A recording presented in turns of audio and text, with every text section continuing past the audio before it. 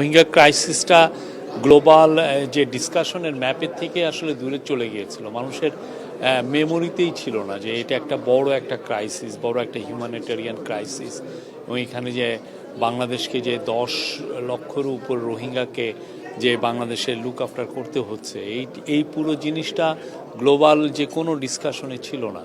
তো প্রফেসর ইউনূস যখনই interim government take over করলো, তারপরে থেকে উনি যেটা করলেন যে উনি একটা অফিস তৈরি করলেন, যে হাই রিপ্রেজেন্টেটিভের অফিস রোহিঙ্গা জন্য, যাতে এই ক্রাইসিসটা পুরো আবার নিয়ে যাতে পুরো বিশ্বব্যাপী এটা নিয়ে যাতে তুলে ধরা হয় যে এইটা যে এতগুলো লোক সাফার করছে, এটা গ্লোবাল পৃথিবীর মানে একটা বড় রকমের একটা হিউম্যানিটেরিয়ান ক্রাইসিস, এবং এটা যে একটা রিজিওনাল ক্রাইসিসের রূপ নিতে পারে, এবং এটার থেকে যে একটা বড় রকমের সিকিউরিটি সমস্যা তৈরি হতে পারে, এই জিনিসটা উনি বারবার জানাতে চাচ্ছেন। এই আলোকে আপনি গত ইউনাইটেড নেশনের জেনারেল অ্যাসেম্বলিতে উনি বক্তব্য রেখেছেন, এবং ওনার মুভের কারণে ওনার রিকোয়েস্টে ইউএন একটা রেজুলেশন অ্যাডপ্ট করেছে। এই রেজুলেশন অ্যাডপ্ট করার কারণে ইউএন এই যে সেপ্টেম্বরে একটা ওরা রোহিঙ্গাদের উপরে আলাদা একটা ডিসকাশন করবে, এটা একটা কনফারেন্স হবে রোহিঙ্গাদের উপরে, এবং ওয়ার্ল্ডের আমরা আশা করছি 170টার মতো দেশ এইখানে পার্টিসিপেট করবে আমাদের। এবং আজকেও এইটারই ধারাবাহিকতায় আজকে এখানে একটা বড় সম্মেলন হলো। এটা একটা ক্লোজ ডোর সম্মেলন, সেখানে প্রফেসর ইউনূস আবার তুলে ধরেছেন যে কি ধরনের এই রোহিঙ্গা ক্রাইসিসটা এখন কোন পর্যায়ে আছে, আমাদের কি করণীয়। এবং এই পুরোটা এই আটনা সামিটের one of the major join করার একটা one of the major reason ছিল যে এই ক্রাইসিসটাকে তুলে ধরা। এবং এখানে আজকে অনেকে ছিলেন, আজকে কাতার ফাউন্ডেশনের শাইখা হিন্দ যিনি সিইও এবং খুবই ইনফ্লুয়েন্সিয়াল উনি ছিলেন, তারপরে আরও কিছু কাতার ফাউন্ডেশনের নেতৃস্থানীয়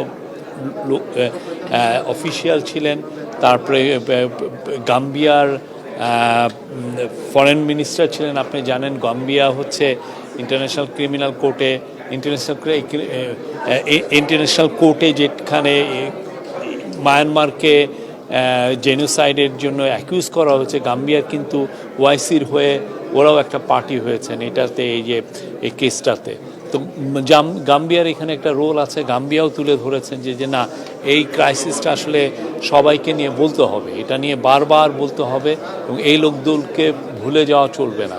এবং এই আজকে প্রফেসর ইউনূস এটা বলেছেন, আমাদের ন্যাশনাল সিকিউরিটি অ্যাডভাইজার এবং আমাদের যিনি high representative of Rohingya affairs doctor Khalilur Rahman, উনি কথা বলেছেন, জাপানি একজন এক্সপার্ট ছিলেন উনি কথা বলেছেন, এবং অন্যান্য অফিসিয়ালরা বলেছেন।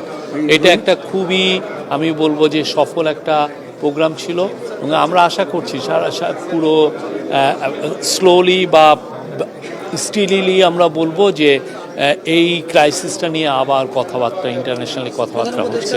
এবং এটার একটা বড় আমরা সাফল্য পেয়েছি বিমস্টেক মিটিংয়ে, যেখানে আমাদের হাই রিপ্রেজেন্টেটিভের সাথে মায়ানমার ফরেন মিনিস্টারের একটা কথা হয়েছে। ওইখানে মায়ানমার ফরেন মিনিস্টার কিন্তু জানিয়েছেন যে তারা 1,80,000 রোহিঙ্গার কে তারা ক্লিয়ারেন্স দিয়েছে তারা যে রোহিঙ্গা। এবং এর ফলে আমরা আশা করছি যে এইটা একটা ধাপ, এটা অনেকগুলো ধাপের একটা ধাপ, যে এইটা আমাদের রিপ্যাট্রিয়েশনের দিকে এইটা আমাদেরকে হেল্প করবে। কাতারের দিক থেকে আমাদের রোহিঙ্গা পিসফুল রিপ্যাট্রিয়েশনের ক্ষেত্রে কাতারের দিক থেকে কাতার ফাউন্ডেশন তো আমাদেরকে অনেক হেল্প করছে। কাতার ফাউন্ডেশন এখানে এলপিজি যেটা রোহিঙ্গাদেরকে আমরা দেই, আপনি জানেন আশেপাশে খুব ক্রিটিক্যাল বন ছিল এই রোহিঙ্গা ক্যাম্পের। এখন এই বনকে আমাদের যদি সেভ করতে হয়, সেই জন্য আমাদের ব্যবস্থা নিয়েছি যাতে রোহিঙ্গারা যাতে এলপিজি দিয়ে তাদের কুকিং কাজগুলো করতে পারে। তো এলপিজি যারা দিচ্ছেন পুরো বিশ্বে অনেকে ফান্ডিংটা করছেন, তার মধ্যে কাতার ফাউন্ডেশন একটা মেজর ফান্ড, কাতার চ্যারিটি, কাতার ফাউন্ডেশন এখানে মেজর, ওরা হেলথে অনেক ইনভেস্ট করছেন।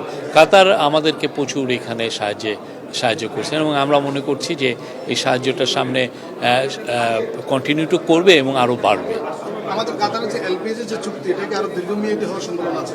আমি তো বললাম যে ক্যাতারি ওরা এলপিজি আমাদেরকে দিচ্ছেন এবং এটা সামনে আরও বাড়বে আমরা আশা করছি। আজকে ডিফেন্স মিনিস্টারের সঙ্গে একটা মিটিং আছে, সেখানে কি ইস্যু নিয়ে আলোচনা হতে পারে? আমরা অনেক কিছুই তো আলাপ হয় এবং এটা আজকে অনেকগুলোই মিটিং আছে, অনেকগুলো কমার্স মিনিস্টারের সাথে আছে, কাতারের ডেপুটি প্রাইম মিনিস্টারের সাথে মিটিং আছে, কাতারের সিনিয়র অফিসিয়ালদের সাথে মিটিং আছে। তো আমরা আশা করছি আজকের দিনটাও একটা ফ্রুটফুল দিন যাবে, অনেকগুলো বিষয় নিয়ে আতার হবে। আমরা আশা করছি যে বাংলাদেশের স্বার্থ সংশ্লিষ্ট সমস্ত জিনিসই আমরা এই মিটিংগুলোয় তুলে ধরা হবে।